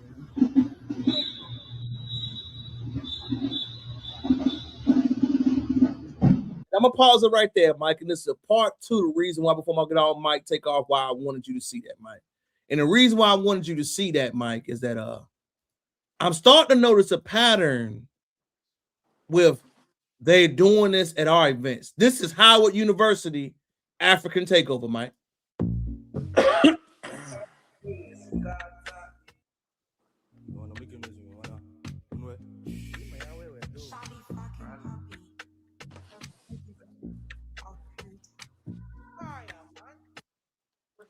I don't know if you noticed that, Mike, like I did. Why is it the representation must always be in our spaces only? Why is it the flag waving, the constant, we are proud of where we come from, which is nothing wrong with that? Why is that only exclusive in Black areas, in Black towns, in Black locations? I have never seen the African takeover at William & Mary. I've never seen that. And you never will. You never will. I've never seen the African takeover at ODU. I've never seen the African takeover at the George Washington, Mike. At VCU. Why is it only at HBCUs? If we all Black, man, why do you have to differentiate yourself so much when we have those type of functions? Let my dog Mike cook on that. Well, they feel comfortable doing those type of things because it's already invited. Like, hey, we celebrate all cultures around here. Hey, we are not just Black, but we're African, we're Haitian. Hey, instead of just being foundationally Black at a HBCU, you know, we incorporate the Black plight of every nationality into the American Black plight. And I think we should then stop doing that because it's dangerous, because then it blurs the lines of why they think they should get reparations. That's how we, you know, us being inviting everything in is always have been our downfall due to the simple fact that every time we're so inclusive and allow things to occur, it backfires on us because those people never foundationally have our back to begin with. It wasn't a unity thing. It was immerse yourself into what I can get. You know? Yeah, I agree, Mike, and phenomenally. So I think the part that gets me the most too, Mike, is that you never have the energy the other way. If it was at William & Mary, Mike, African takeover, I would respect it. But it's only given around us. You were at the premier HBCU, which is Howard. Why do you got to do that? Do you do it at Harvard? Do you do it at the George Washington, D.C.? But you won't do it. Those places won't allow you to do it either. But I'm just saying, Mike, if we are all black, as we say, and we all the same people, we all this, it's a microaggression in the way, Mike. You feel what I'm saying? Like you said, it's almost dangerous. Yo, I'm here, but I ain't like you niggas. I'm here with y'all. I'm taking the benefits. I'm taking the cost of attendance seat, but I ain't like y'all. So to me, it's almost, Mike, in the word takeover. Mike, I don't know how you feel about that. That's a hostile word, Mike. Why do you need to take over HBCU? Why don't you take over PWI? Because they cannot. So you think, Mike, it's an already open name, but they're going too far with it, Mike. Is that what you're saying? Yeah, it's the invitation has already been there for acceptance. At a PWI or another type of institution, that acceptance level is low. So the comfortability and the audacity is low as well. They're not doing that because the invitation to be inclusive is not there. My dog Mike cooking, man. I just think that I'm starting to notice, like I said, Mike, I've seen it one too many times. And it's to the point now that it's like, nah, I think we really got to start saying something from it, because you got a whole day, whole flag dressing up. You around there, you got app takeover all over. I think that's almost disrespectful. And I believe now it's to a point where it's like, hey, y'all, we are inclusive, but the political energy, the movements around this country, you give somebody an inch, they take a mile. Because the way you flexing, which you should be proud to be in college, we don't see that energy in your homeland, Mike. I want to see that same enthusiasm the other way. Can we go to Nigeria and flex like that, Mike? No, you cannot. Can we have Black American takeover? No, you cannot. Why not, Mike? They can have African takeover, man. We can't have Black American takeover. I told you, bro. We allow everybody to do everything. And so Mike is already saying, no, they can't.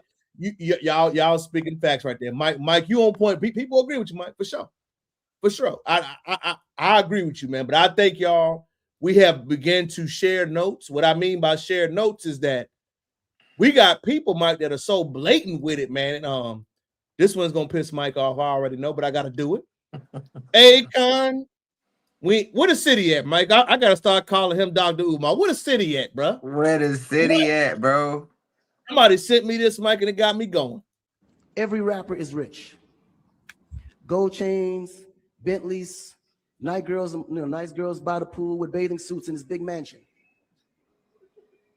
And then when the video's over, they get on their phone and call an Uber. They don't even come in the Bentley that you just saw in the TV. But you go to Nigeria, we got Wizkid, Davido, P-Square, all these guys driving a Bentley, Mercedes. They actually own those cars. That's the difference. But if we don't translate that, they will never know. They think we're going to leave the shoot and go home. Mike? First and foremost, let's say this. Akon, you're the biggest Benedict Arnold that Africa has ever seen. You got a loan, $1 billion loan for China, and defaulted on your loan, which you gave away the national rights to the land that city was supposed to be on. Now China owns that city. So if you want to talk about ownership, you have let a colonizer in, and now they own a big part of your country. You defaulted on $1 billion loan. Let's talk about since we don't own anything, why is your culture tailored to scamming and dishonesty? Let's talk about that. Why is your culture tied to deception and corruption? Let's talk about that. But like this is what happens when we let somebody other than us come in, portray unity, portray uh community, and they're not of the community, right? He's an imposter. This is what it looks like when we let imposters into our space, take over our music, and do things that are inclusive and not exclusive, because then they turn their back on us because they're not like us. As Kendrick said, he wasn't just talking about white people, but he's talking about these people that assimilate when they come to our country just for the wealth and the notoriety of being black. They're a different black. They're not us. But we let Akon come and get amass riches and then go back to his home country and scam us. I think what's rich about that too, Akon, didn't you ride Jeezy's coattail? Hard. Didn't Jeezy put you on through the song before you had money? Didn't you make up that whole story about drug dealing? It wasn't you? Didn't everything that you made about Locked Up, you bit from somebody in our culture, Akon?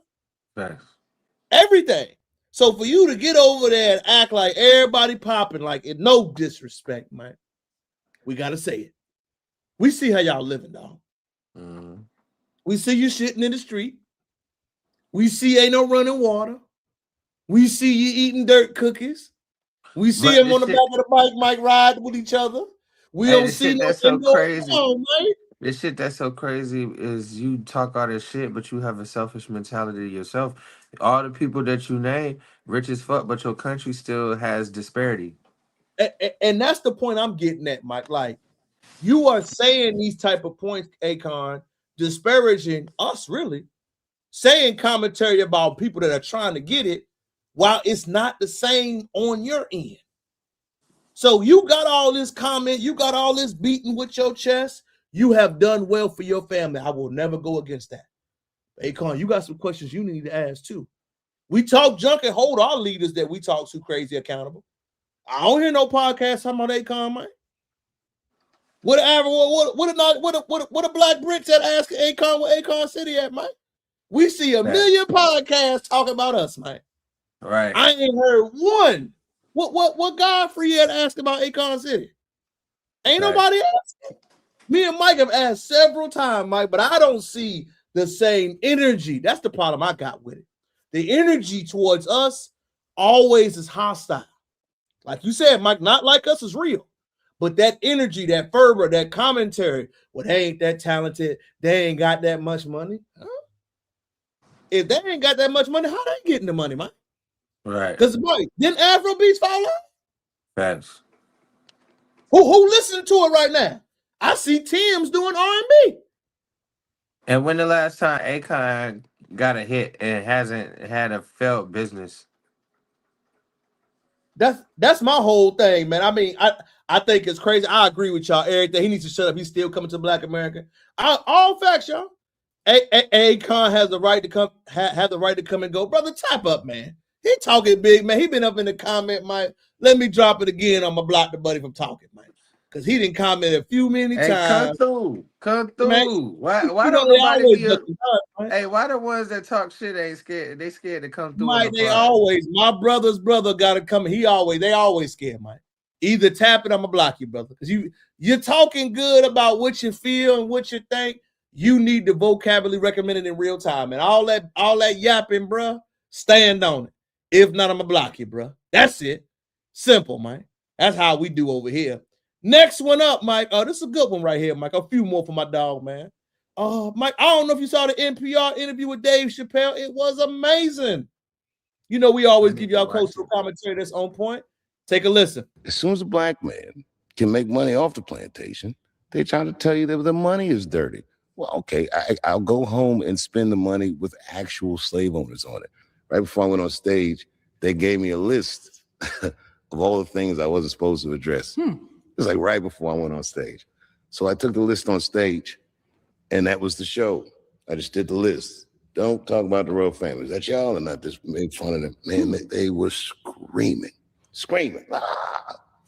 Then after the show, I'm backstage at a meet and greet, and there was all these young comedians from all over the Middle East. They were looking at me like I wouldn't even know that they'd know who I am. They couldn't believe I was there. They kept saying, "You just say that? You just say that stuff?" Yeah, I mean, yeah, it's not a big deal in my mind, but I never forgot that. And that was in Dubai. Man, in Riyadh, that crowd watching that comedy, the first time the government let them even see something like this, it was like a baby tasting sugar. If I had choked a tiger out, they couldn't have been more impressed. They were screaming. You think you're creating space for them that I wouldn't mean, exist? at the very least, and this is not nothing, that must have felt incredibly cathartic if you can't say everything you want to say, but you see somebody model that behavior. Oh man, you're gonna want it. So if you think of all the violence and all the things we export to the Middle East, I think our culture is the best export we got. Mike, Dave Chappelle spoke a lot of harsh truth right there. The criticism on Dave and his stand-up show was about him going to the Middle East, Mike. But we make deals and operate with the Middle East all the time, i.e. live golf, i.e. boxing. The Turks, Mike, they did the last fight. Why is it a problem when a black man like Dave goes and get that bag, but when y'all go and get that dirty money, it's fine, Mike? I'm going to let you take off on that now. I think it's because when somebody has the same foundation that me and you, Terrell, have, that we'll speak our mind, it's always, oh, we cooning and buffooning, or we're not putting the money back into the culture, right? But if they could do it, we could do it, and we could do it much better. And why not be international, multinational known? Like, it would be a bad business model to stagnate yourself and to be into one time zone, one area of expertise, one country that likes you, when you can be worldwide. A global economic system of income is better than a domestic one for sure. So I see it's the bag, and I think we should commend people for doing that. Like, hey, I appreciate you going to other markets, because what we got to realize is we're community, right? Our comedians and affluent people going to other markets, understanding other markets, understanding other cultures is just going to bring us together closer in unity. Anyway. Well, I think the one thing that was so deep for me, Mike, is that the one thing that was phenomenal for me that he said was that we don't realize how big our culture is internationally, Mike. When we talk about us, Mike, as black people, we get the hate, Mike, because the one thing that we do, we influence everybody. When we say not like us, when Kendrick has those records, when Mike is around in the studio, when we have our commentary, it is because it is different. The way we talk, the ideas we discuss, the things we communicate, all of that is extremely different from what most people in the world do. When disrespect happens among our culture, Mike, we discuss it. We don't be quiet. When the BAFTA happened, Mike, I ain't hear none of the UK say nothing. It was us standing on business like, y'all can't talk about Michael B. Jordan that way. You can't talk about Ryan Coogler that way. Kanye West been having a mental illness for 10 years. Ain't nobody giving him no pass. So it's cool when you do it, it's a problem when we do it. So I think it was phenomenal what Dave Chappelle said. And I think the number one thing that we keep forgetting, Mike, it's only dirty when we do business, Mike. But y'all got live golf, Mike. The Turks had Gervonta Davis fight in Vegas. So when you fit in the bag, it's fine. But when I get paid for using my services, now the money is dirty. With slave owners on the money. The money is dirty, but we got slave owners on the money. Come on, y'all. Stop. Just tell it what it is. He's getting paid more than y'all think he should get paid. And y'all don't understand how popular Dave should. That's an international superstar, man. You can't do what he does, and that's the issue, Mike. He has the ability to talk crazy to the royalty class because they know Dave is not doing it from a place of disrespect. He's doing it from a place of comedy. The white comedians are upset, Mike, that he can do that. That's the truth. So, like, hearing that commentary, Mike, and I want everybody to watch the whole entire live and discussion about it, Mike. It was a phenomenal read. And I do believe we got to start having these conversations like we always do. Because right now, Mike, I've been telling everybody, Mike, we are in the pull-up era. We are in the pull-up summer. If you haven't heard, y'all, Kamala Harris got pulled up on. Mike seen it. Where the check at? Oh, we ain't talking about money? Deuces. This is the pull-up era for all politicians 2026. If it's not discussed with the money, we done talking. Mike, this subject is heartbreaking, but it goes deeper and deeper, Mike. More about it.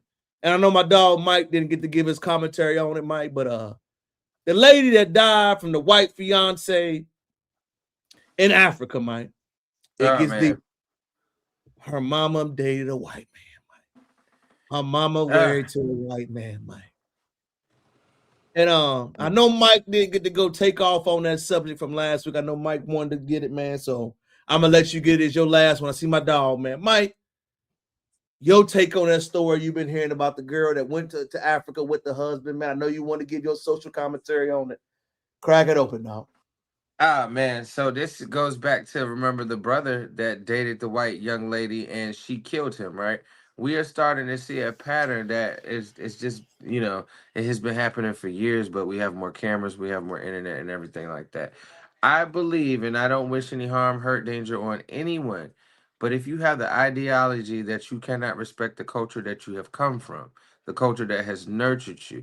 I know there's trauma in every situation, and I know there are things that have probably happened to you from the culture that should not have happened to you, and we apologize. But I will say, if you are talking bad about the culture and you don't respect the culture and don't agree or assimilate with what we have going on, and you do other, right? And when the other becomes violent or the other becomes what it's not supposed to be, but what it's already been, and you just didn't realize it, I don't know if I can actually feel like it's terrible that you lost your life, but you bad talk the culture so bad talk. Oh, I don't date blacks. I don't do this with blacks. I only date whites. These are the things that happen to you. And it's hard to feel sorry, bad, or feel sympathy for you or empathize with you when you put yourself in a situation of danger just because you thought that other was different. What we fail to realize as a culture, that other has never liked us, other will never like us, and other has never loved us. So it's not surprising when you get yourself in a situation of hate. When you get yourself in a situation as unremarkable rage and they start doing things to you, the love was never there. But as sickening as it is that you have self-hate, self-doubt, and you hate us, you hate yourself, you hate the culture, you then embed yourself and lay with people that hate you internally and externally. They hide it, they mask it. It's little subtle details. I can guarantee you get in an argument and make somebody mad enough, the first thing they're gonna say is you're a nigga. Period. Why would you subjugate yourself to being part of somebody that hates you and never had any love for you as a cultural, race, or ethnic background, right? So I cannot feel too sorry or sympathize the fact, like, I'm sorry that you lost your life, but you bad talk the culture so much that you made the seem that the grass was greener and it wasn't. Phenomenally said, Mike. Let me go ahead and get my dog. What you think, T? Do you think the chickens are coming home to roost? I think, Mike, we are not taught too much on how cultural preferences. Mike, you know what we don't talk about enough? When you date, i.e., marry someone, you're not just marrying them, Mike. You're marrying their family. You're marrying their family's anti-black, Mike. You're marrying their family thoughts. You're intercommingling everything. You're integrating their ideology, 100%. Most of our people are not taught, Mike, and I'm going to say specifically our women, to think that we are in a post-racial society. We don't talk about race in relationships, Mike. We don't talk about racial dynamics. We don't talk about, he may like you, how his mama feel. He may like you, how his uncle feel. They may like you, how the cousin feel. What would they call your children? Can they bring you to the family reunion without looks or stares? And Mike, I believe if anybody does not know, Dr. Francis Cress Welsing has a book called The ISIS Paper. I believe anybody that dates interracially needs to read this book, Mike. Chapter 1 in this book that stuck out to me that said, white people have a culture of war. What do you mean by that, King Crowder? When they are kids, Mike, what do white men give their white sons? Guns. Hunt, kill. We don't do our children like that. Culturally, we are raised differently. How we handle our anger, how we dispute, how do we have a different mentality? You have to understand, when you deal with somebody from a different culture, when you respond to them with disrespect the way you do a brother, he may not respond to you the same way. How many times have we seen a story about a white man killing his whole family, Mike? How many times have we seen them shooting up the whole neighborhood because they got fired from the job, Mike? They have a culture of war embedded in them. And a lot of the times we do a poor job of breaking that down. All the time, Mike. And us as a people, we're a loving culture. We're Yes. nurturing culture. We're Yes, cultivating culture. And Historically, go ahead. I was gonna say historically, if you look at the actions of people of brown skin color, we are not a warmongering or fighting culture at all. Now, we will fight to defend ourselves and the things that we believe in, but we are not outright going to kill you as a culture. That's not in our DNA. Yeah, man. And I think that's one job, Mike, we have done a poor job with educating our people on how serious that is among uncolored cultures, Mike. And it's sad because you don't know how the conflict resolution, how they handle things. You just know that I'm going with you because, Mike, and if you got money, and it's something else that somebody said to me, Mike, you mean a rich white woman didn't want him? A white woman didn't want him? So he skipped over all those women in his culture, right, and chose you when he got money, Mike. That should be a red flag. That should be a red flag, Mike. That should be a flag to say either he wants too much, he does too much, he's violent, or something serious that is happening that women within his culture are not dating him.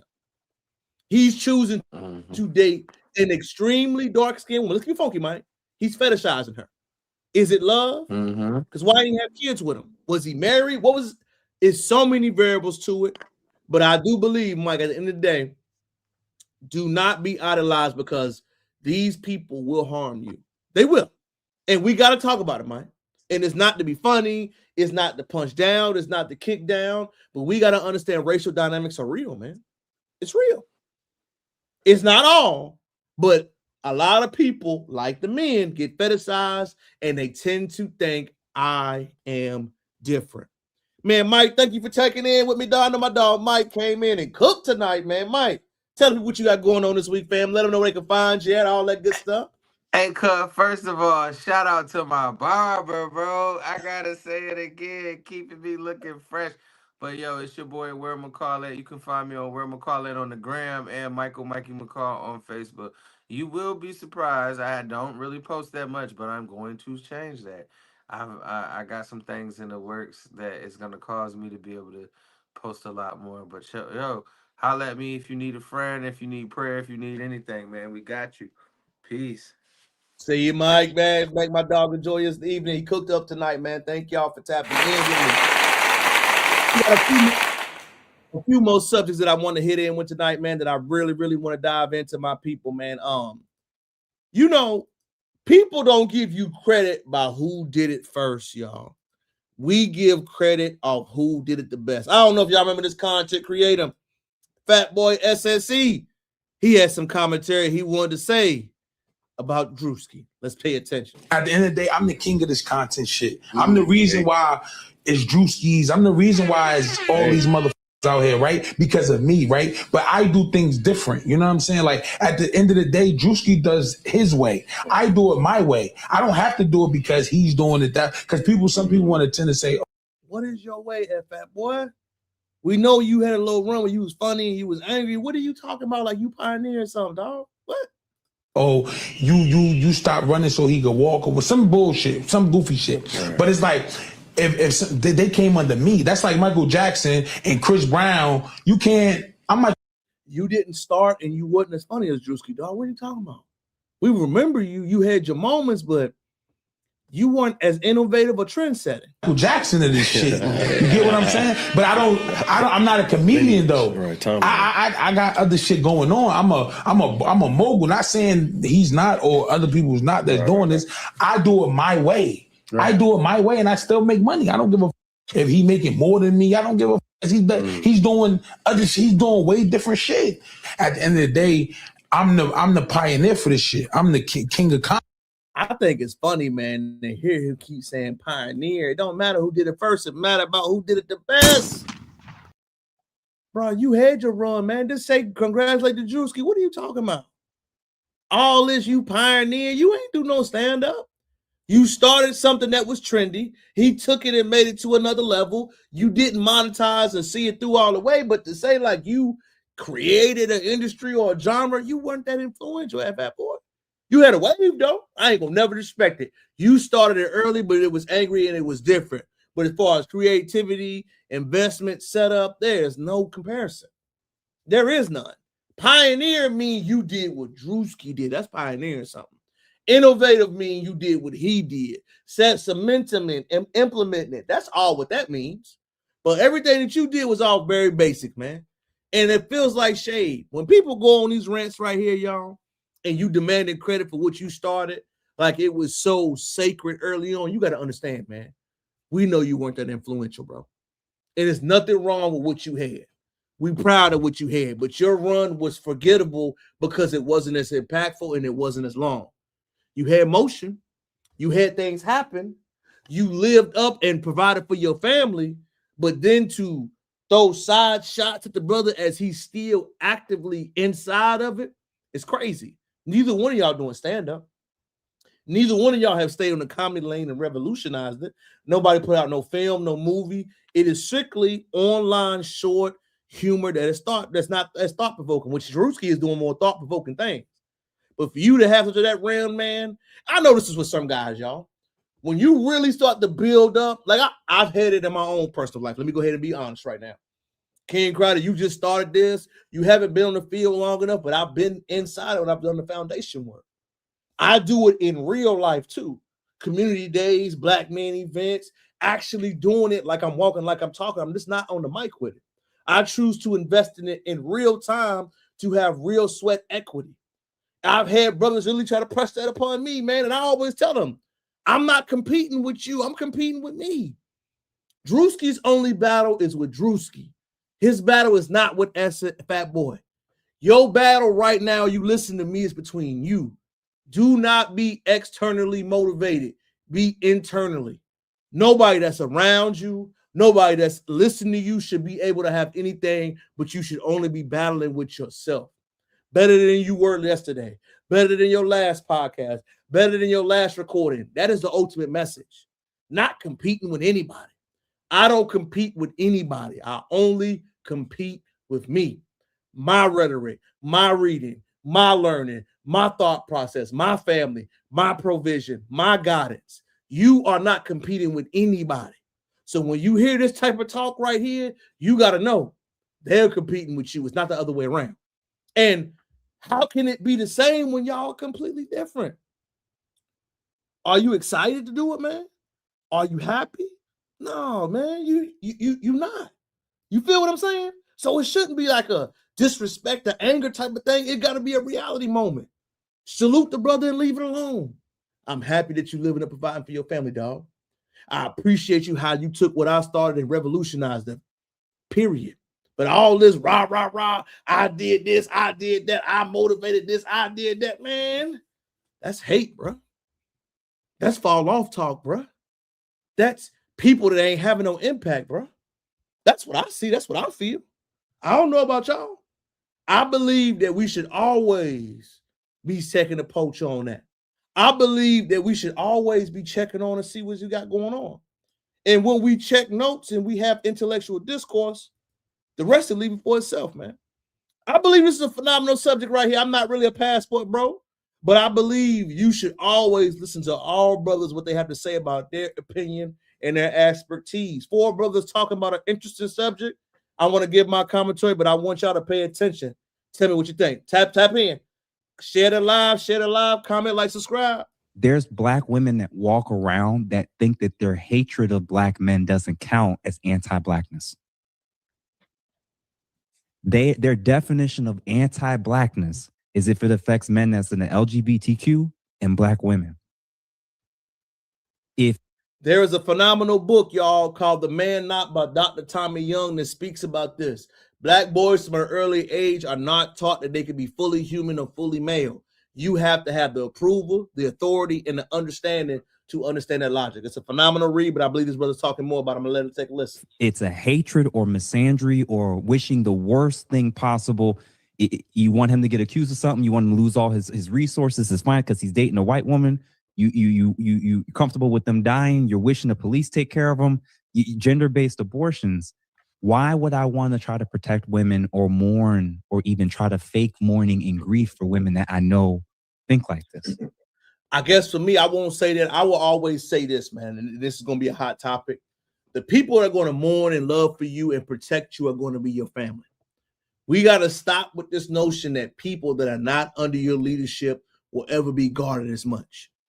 You have been given an opportunity to have a spouse and a partner in marriage, in love, in life that will protect you. If you do not seek, earn, or gather that, it will be really hard to put that expectation against any other men you meet. My daughters, my lady, my kids are all my duty to protect them no matter what. It is my responsibility. It is no reason in this world that burden belongs on another man. It belongs on me.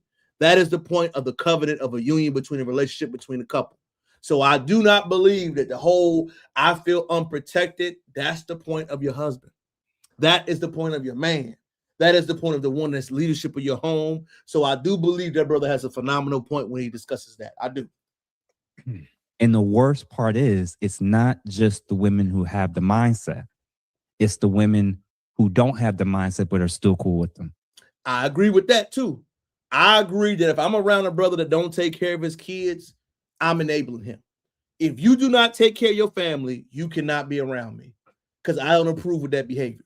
If you are a woman and you have women that talk bad about men and you are around them and you choose to engage with them, you are part of the problem.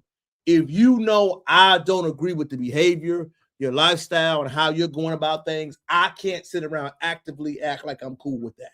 So the women that hear that rhetoric on the same way are equally wrong. I 100% agree with that. If you're not living right, if you're not doing wrong, if you're not taking care of your kids, you can't be around me. If you know people have that rhetoric and you are silent about it, that is a form of agreement. Remember, y'all, mixed messaging, unclear about yes or no, go with no. People that are silent when you ask them something, go with no. We don't do unclear messages around here. We do not do unclear speak. To still befriend them, who still hang out with them, who still act like this isn't what it is.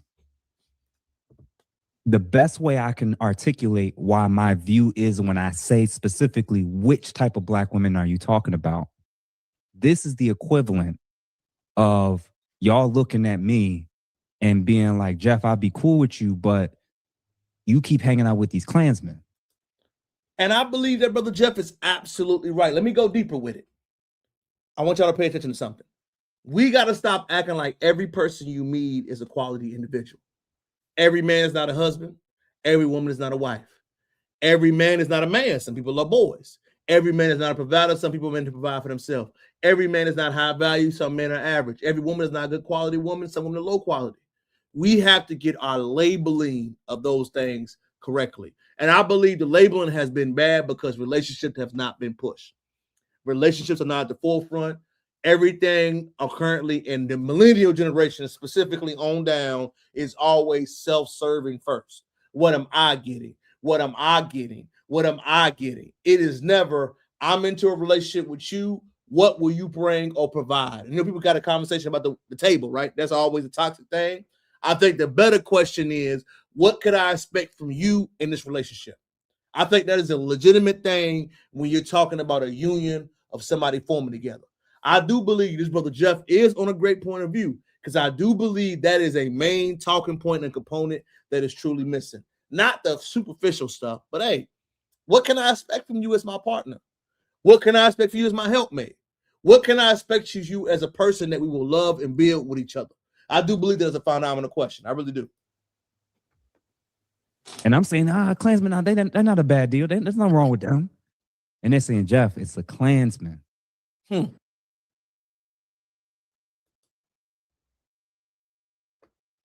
Well, and I believe, man, that was a phenomenal talking point. It's not about division, it's about intellectual discourse. Number one, I always worry about people that say if you say something, it's divisive. Remember, you must have conflict before the resolution. If you avoid having a conflict, I'm nervous about you. We're going to have uncomfortable conversation. We're going to have heavy discourse. If I can't do that with you, run. And I don't judge by who you love. My brother, I have brothers that have the same interrelational relationship. That's not an issue for me. The issue I have is knowing how you're going to mentally assimilate and raise a child. Shout out to you being a single father. Shout out to y'all. Shout out, not 50-50, y'all funny. But I'm saying on the real note, y'all, when we see conversations like this, it's always talked about in a divisive manner, right? Divisive meaning nothing's getting done. Whenever I talk about something, I always prefer to have a solution with it. Right now, the biggest issue we have is we have a political crisis and we have a family crisis. Like all of our conversations, we are in the accountability era. That means we're checking it, we're discussing it, we're talking about it, and our expectations will be different. Economically, it's bad. What we're going for right now is difficult and challenging to do. Like all of our political discourse and discussion, I love it. I want us to continue to have it. I want us to continue to champion it. And most importantly, learn that the summer of 2026 and the rest of 2026 year is the pull-up year, is the advocating time. It is expressing ourselves. It is no more we're going to go along and get along. You have to stand up for what you believe. You have to have a strong message and a strong level of discourse as we continue to have it. And most importantly, we never fall out. Hair, teeth, and tongue fall out with each other. We family. We can fight, we can fuss, we can battle. We can have an intellectual discourse and conversation, but we ain't never falling out with each other permanently. Remember, hair, teeth, and tongue fall out. Family, we squabble it out. Thank you, man, for tapping in with me today. Oh, let me go and give you my quick promos. Remember, Trade Day is on the way. My brother was murdered last year, y'all. Sad, I know. He has his trial, but we're going to have a Remembrance Day in Roanoke, Virginia, this time this summer, which I'm going to give you more details and information about. May 3rd, we have our Community Day in South Park in Houston, Texas. BMBC, I will be giving you the details on that. My schedule may be modified a little bit, y'all, because y'all know I got my new baby. She'll be here, I think, in 1 or 2 weeks, so that'll be baby number 2. Baby number 3, we'll have it all coming in. So BMBC in May, that's our next big event. My lives will still be good. I'll still be having that going, but I want to let y'all know a little bit of change may be coming just because of getting the baby assimilating and with the family process. So cousin reunion, Trade Day, BMBC clean event. The next thing I want you to do is that as we close, the era of disrespect without accountability is over. Foundational Black Americans are checking any and everything throughout the door. The era that I love to build with my community is vulnerability, honesty, integrity, and most importantly, we're going to stand up for what the summer is going to be. I want you to know who you're dealing with, how Black people around you will have a comment and discussion, and most importantly, what could you see coming up in these future days? Remember, share the live, hype the video, like, comment, share, subscribe. Trade Day, BMBC community event, baby girl on the way, and most importantly, thank you for tapping in with me for another edition of Live on Sunday, man. It is your host, King Crowder.